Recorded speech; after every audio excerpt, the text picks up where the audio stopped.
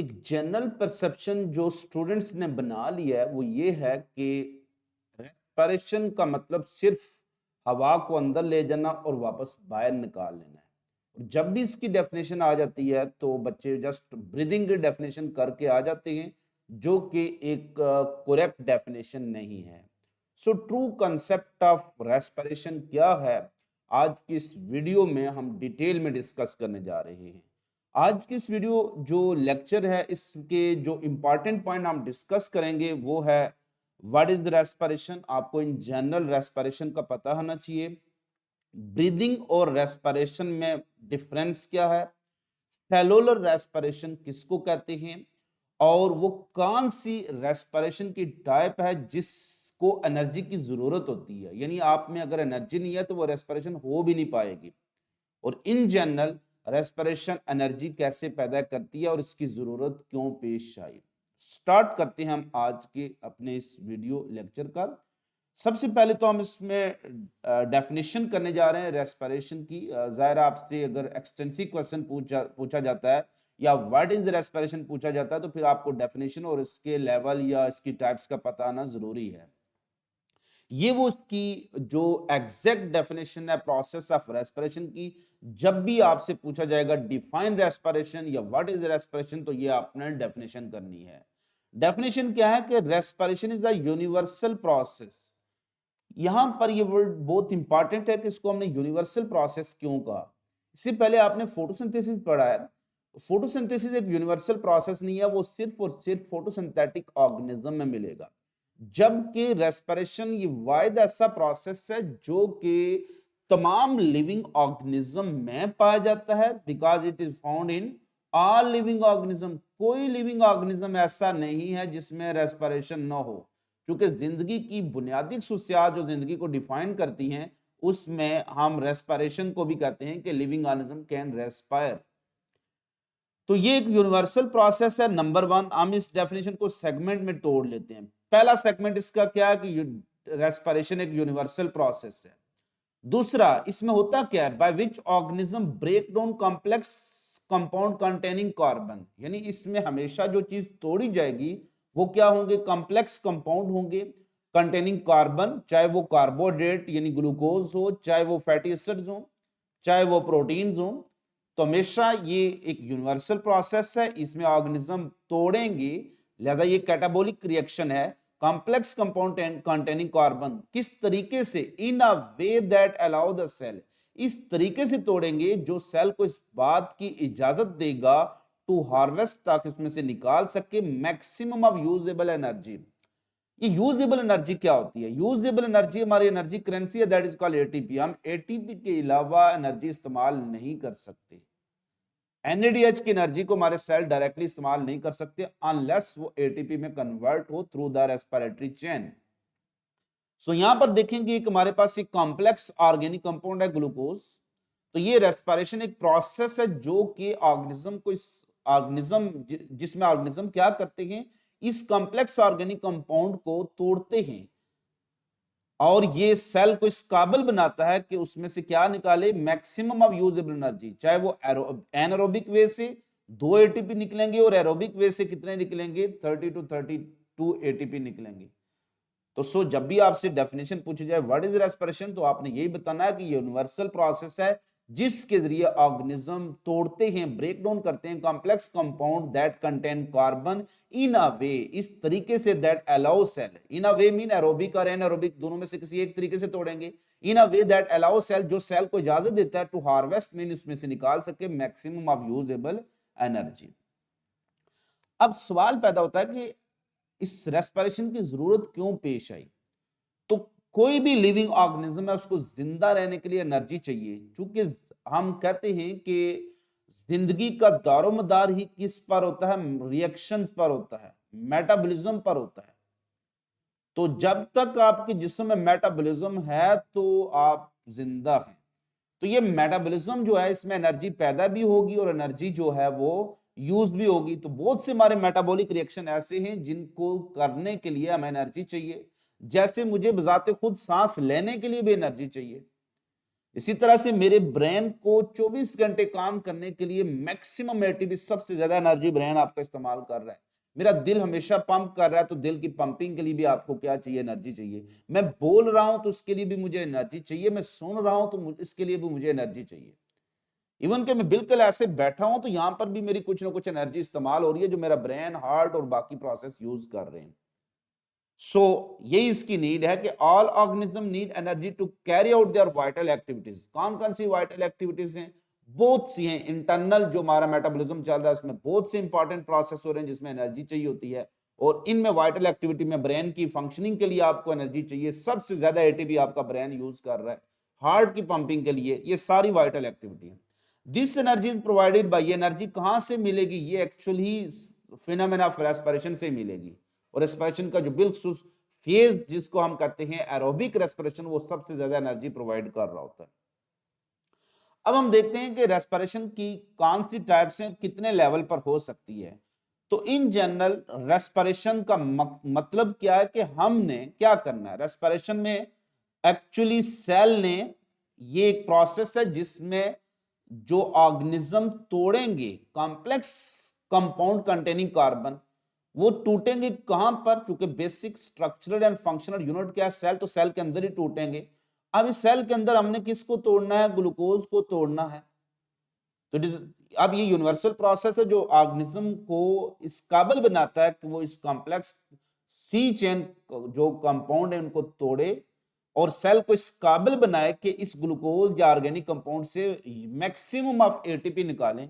अब ये maximum of ATP अगर निकालनी है तो ज्यादातर एटीपी आपको किस प्रोसेस के जरिए मिलेगी? एरोबिक रेस्पिरेशन के जरिए मिलेगी। बहुत कम एटीपी आपको किस प्रोसेस के जरिए मिलेगी? एनारोबिक प्रोसेस के जरिए मिलेगी। एनारोबिक प्रोसेस में नेट में आपको 2 ही एटीपी मिलेंगी, और एरोबिक प्रोसेस में आगे हम डिटेल में देखेंगे कि 36 टू 38 एटीपी आपको मिलेंगी। इट्स मीन सेल के लिए ज्यादा प्रेफरेबल क्या होगा कि सेल इस ग्लूकोज को किस प्रोसेस के जरिए तोड़ें? एरोबिक के जरिए। और एरोबिक के लिए क्या चाहिए? एयर चाहिए। एयर में क्या आना चाहिए? ऑक्सीजन।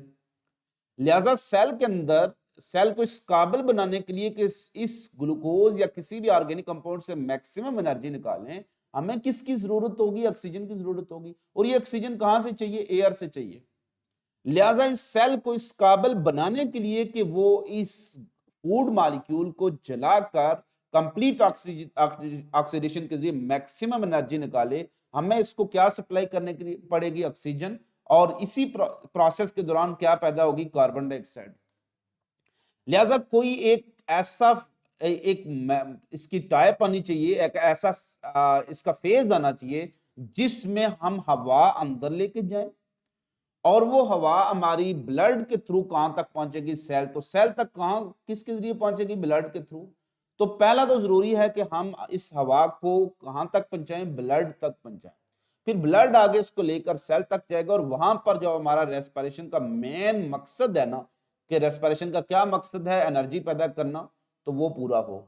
सो इस ब्रेकडाउन को फैसिलिटेट करने के लिए रेस्पिरेशन एक लेवल पर होगी जिसमें हम सिर्फ हवा को, या कोई भी ऑर्गेनिज्म हवा को इनसाइड लेके जाएगा, यानी ऑक्सीजन को इनसाइड लेके जाएगा और कार्बन डाइऑक्साइड को आउटसाइड निकालेगा। इस प्रोसेस को कहते हैं एक्सटर्नल रेस्पिरेशन। क्योंकि ये ऑर्गेनिज्म और इसके एक्सटर्नल इन्वायरमेंट के साथ रेस्पिरेशन है। ये ऑर्गेनिज्म और इसके एक्सटर्नल इन्वायरमेंट के साथ जो गैसों का तबादला है उसको एक्सटर्नल रेस्पिरेशन कह देंगे।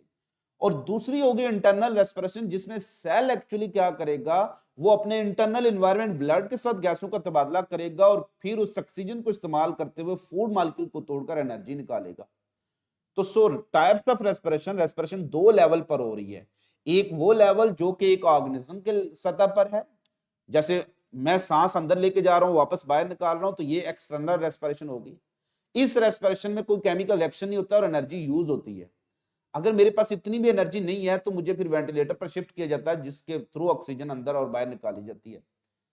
लेकिन जो दूसरी रेस्पिरेशन है वो सेल के लेवल पर होगी, उसको इंटरनल रेस्पिरेशन, चूंकि वो हमारी बॉडी के इनसाइड हो रही है, तो वहां पर सेल एक्चुअली गैसों का तबादला करके एनर्जी पैदा करता है। तो ये एक्चुअली इंटरनल रेस्पिरेशन ही मेन रेस्पिरेशन होती है, जो कि क्या करती है? गैसों का तबादला करवाती है, जो एक्चुअली एनर्जी प्रोड्यूस करवाती है। अब अगर कोई यूनिसेलुलर ऑर्गेनिज्म है ना, तो उसमें एक्सटर्नल और इंटरनल रेस्पिरेशन एक ही कंसीडर की जाएगी, यानी एक ही रेस्पिरेशन है जो एक्सटर्नल भी कहलाएगी वो इंटरनल भी कहलाएगी। अब इनका हेड टू हेड डिफरेंस देखते हैं। अगर आपसे हेड टू हेड कंपैरिजन आ जाए कि what is difference between external respiration और इंटरनल रेस्पिरेशन, तो आप कैसे करेंगे? तो एक्सचेंज ऑफ रेस्पिरेटरी गैसेज, किसका एक्सचेंज होता है? दो ही गैस होती है, ऑक्सीजन और कार्बन डाइऑक्साइड। ये जो एक्सचेंज ऑफ रेस्पिरेटरी गैसेज है between organism and it's environment, और ये एनवायरनमेंट कौन सा होता है? एक्सटर्नल एनवायरनमेंट होता है, इसलिए इसको कहते हैं एक्सटर्नल रेस्पिरेशन। और दूसरी सूरत में इंटरनल रेस्पिरेशन की डेफिनेशन डिफरेंट होगी। ये वो प्रोसेस है by which energy is made available to cell, यानी एनर्जी को सेल के लिए दस्तयाब किया जाता है in a step by step breakdown of C chain molecule in the cell. यानी वो जो सी चेन मॉलिक्यूल आपने सिर्फ ग्लूकोज पढ़ा है ना, तो उसकी ब्रेकडाउन कैसे होगी? स्टेप बाय स्टेप होगी। पहले इस ग्लाइकोलाइसिस होगी, फिर पायरुविक एसिड ऑक्सीडेशन होगी, उसके बाद क्रेब्स साइकिल चलेगा। तो ये स्टेप बाय स्टेप ब्रेकडाउन होगी, एंड पर रेस्पिरेटरी चेन भी चलेगी। तो internal respiration actually main aerobic respiration होती है, जिसमें क्या होता है कि step by step breakdown of C chain molecule होती है और एनर्जी अवेलेबल बनाई जाती है किसी भी सेल के लिहाज से। जिस भी सेल को एनर्जी चाहिए होगी तो ये इंटरनल रेस्पिरेशन मस्ट करेगा।